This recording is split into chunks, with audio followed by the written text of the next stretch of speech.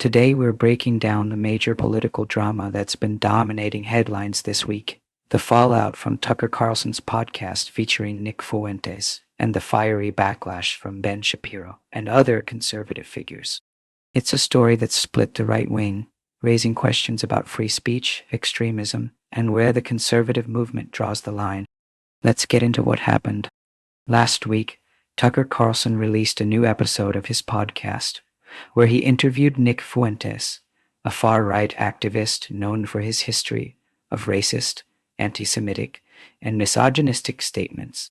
During the conversation, Fuentes made several inflammatory comments, and Carlson didn't push back much. Instead, he framed the discussion as a different perspective that people should hear. That decision triggered an immediate wave of criticism, not from the left, but from inside the conservative movement itself. Leading the charge was Ben Shapiro, co-founder of the Daily Wire, who blasted Carlson for what he called normalizing Nazism. Shapiro said Carlson's decision to host Fuentes was, quote, an act of moral cowardice, and accused him of giving extremists legitimacy under the banner of free speech. Controversy didn't stop there.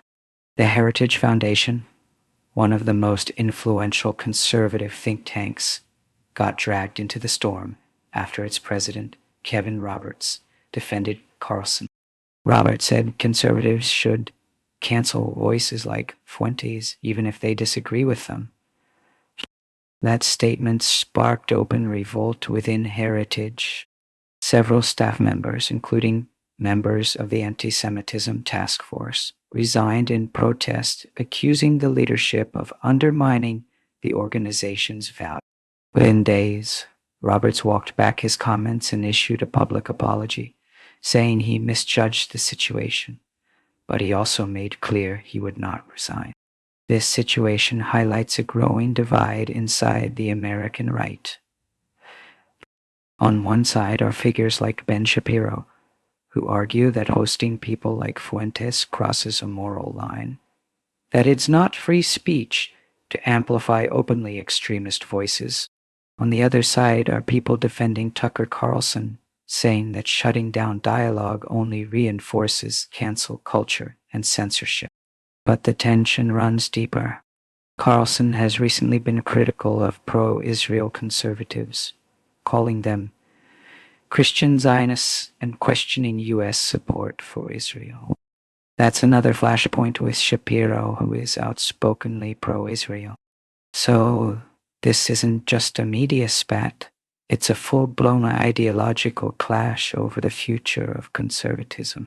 The fallout from this episode is still unfolding.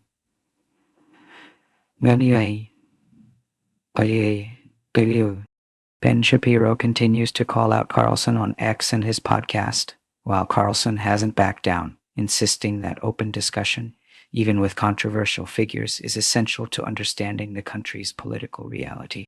Meanwhile, the Heritage Foundation is dealing with internal chaos, resignations, and major donor pressure. This entire controversy shows just how divided the conservative movement has become. Not about policy, but about principles. What's acceptable speech? Who deserves a platform? And where's the line between discussion and endorsement? So, what do you think? Was Tucker right to host Nick Fuentes, or was Ben Shapiro right to call it out? Drop your thoughts below. Don't forget to like the video.